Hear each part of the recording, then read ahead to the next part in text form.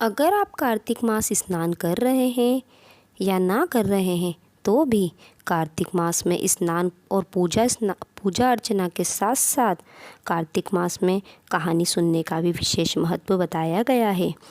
कार्तिक मास में बहुत सी कहानियाँ कही जाती है, लेकिन अब जो कहानी मैं आपको सुना रही हूँ वह एक ही कहानी की जाती है। एक ब्राह्मण और ब्राह्मणी थे। वो 7 कोस दूर गंगा जमुना स्नान करने के लिए जाते थे। रोज इतनी दूर आने जाने से ब्राह्मणी थक जाती थी।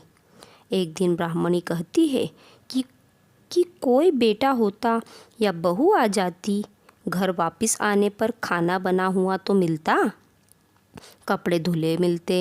ब्राह्मण कहता कि तूने भली बात बता चलाई, चल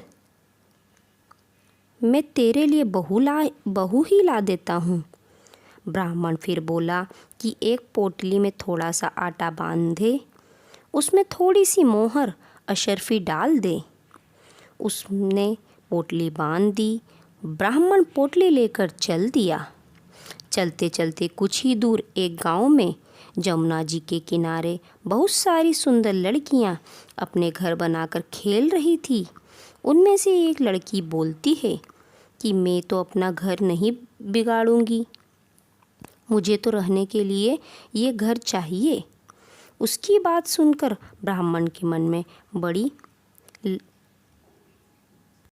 में आया कि यही लड़की ठीक रहेगी। जब वह लड़की जाने लगी तो ब्राह्मण भी उसके पीछे चला, और जब वह लड़की अपने घर पहुंचती है तब बूढ़ा ब्राह्मण बोला, बेटी कार्तिक का महीना है, मैं किसी के यहाँ खाना नहीं खाता। तुम अपनी माँ से पूछो कि मेरा आटा छानकर 4 रोटी बना देंगी क्या। यदि वह मेरा आटा छानकर रोटी बनाएंगी तभी मैं खाऊंगा। लड़की अपनी माँ को सारी बात बताती है। माँ कहती है कि बेटी बाबा से कह दे कि 4 रोटी वह भी खा लेंगे। लेकिन लड़की कहती है कि नहीं माँ, बाबा ने कहा है कि मेरा आटा छानकर बनाओगी तभी वह खाएंगे। तब उसकी माँ कहती है कि ठीक है, जा बाबा से कह दे कि अपना आटा दे दे। उसने आटा छाना तो उसमें से मोहर अशर्फी निकलती है। वह सोचती है जिसके आटे में इतनी मोहर अशर्फी है उसके घर न जाने कितनी होगी। जब ब्राह्मण रोटी खाने बैठा तो उसकी माँ बोली, बाबा तुम लड़के की सगाई करने जा रहे हो। बाबा बोला कि मेरा लड़का तो काशी बनारस पढ़ने के लिए गया हुआ है, लेकिन अगर तुम कहो तो मैं खांड कटोरे से तेरी लड़की को ब्याह कर साथ ले जाऊं। लड़की की माँ बोली, ठीक है बाबा, और वह ब्याह कर लाया।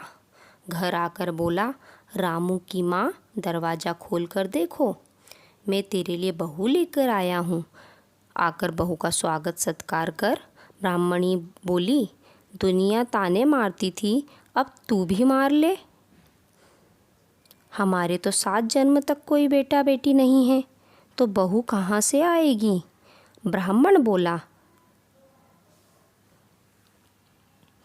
ना तू दरवाज़ा खोल। ब्राह्मणी ने दरवाज़ा खोला तो सामने बहू खड़ी देखी। तब वह आदर सत्कार से बहू को अंदर ले गई। अब जब ब्राह्मण ब्राह्मणी नहाने जाते तो बहू घर का सारा काम करके रखती, खाना बनाती और सास ससुर के कपड़े धोती और रात में उनके पैर दबाती। इस तरह से काफ़ी समय बीत जाता है।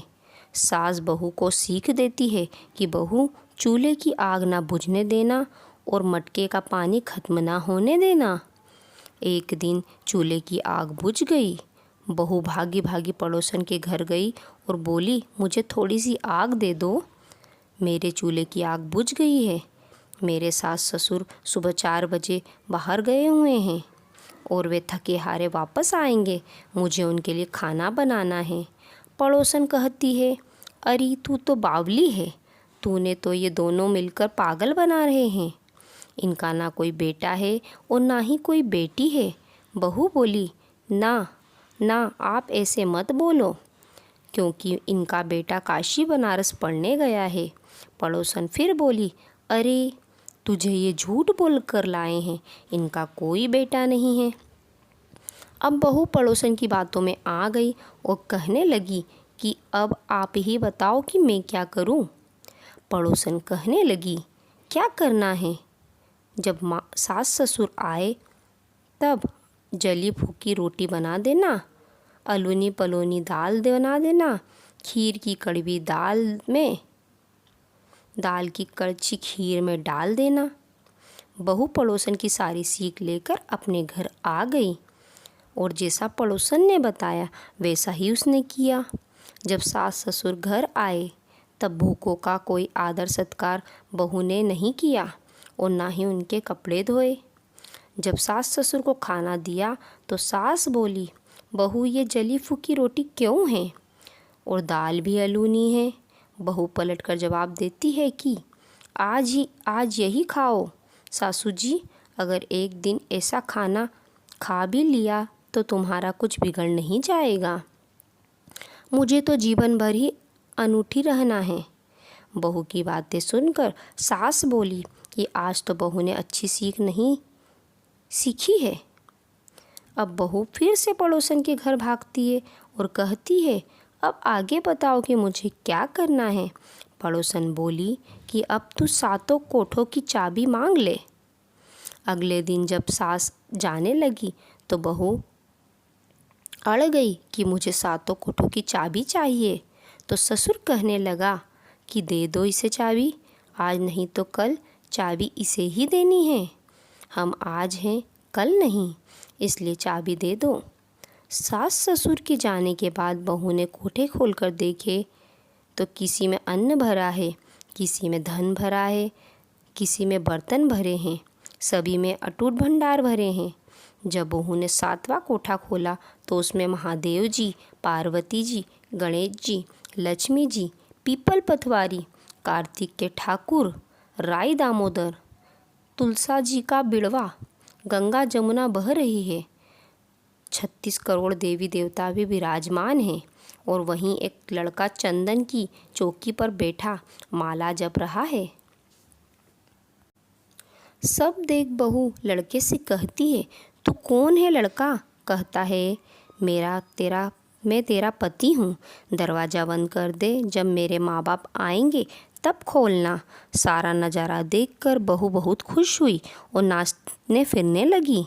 16 श्रृंगार कर सुंदर वस्त्र पहन ओढ़ कर सास ससुर का इंतज़ार करने लगी। उनके लिए 36 प्रकार के पकवान बनाकर रखे। सास ससुर जब वापिस आए तब उसने उनका बहुत आदर सत्कार किया, उनके कपड़े धोए, उनके पैर दबाए।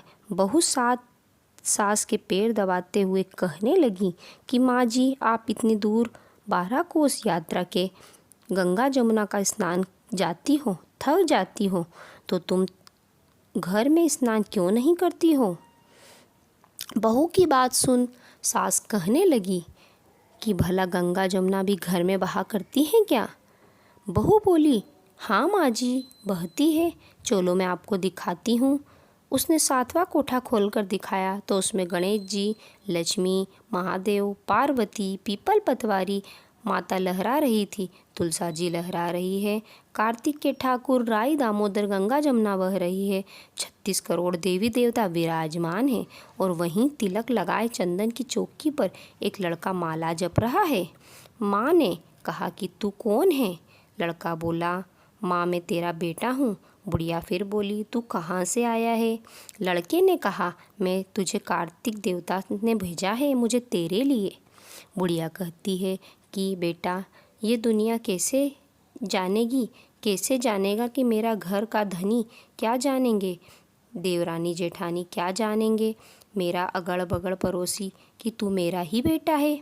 बुढ़िया ने विद्वान पंडितों की सलाह ली तो वे बोले, इस पार बहू बेटा साथ खड़े हो जाएं और उस पार बुढ़िया खड़ी हो जाए।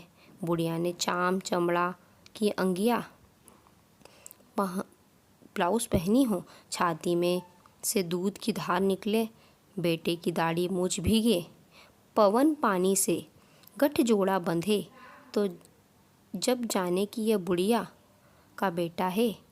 उसने ऐसा ही किया। चाम की अंगिया फट गई, छाती में से दूध की धार निकली, बेटी की दाढ़ी मुझ भीग गई। पवन पानी से बहू बेटे का गठजोड़ बंध गया। ब्राह्मण ब्राह्मणी की खुशी का पार ना रहा। वे बहुत खुश हुए। हे कार्तिक के ठाकुर द्राई दामोदर भगवान ने जैसे बहू बेटा उसको दिए वैसे सभी को देना, सभी की मनोकामना पूर्ण करना। इस कहानी कहने सुनने वाले, हुकारे देने वाले सबकी मनोकामनाओं को पूर्ण करना। यदि आपको वीडियो ज़रा भी पसंद आया हो तो please like, share and subscribe my channel. जय श्री कृष्णा।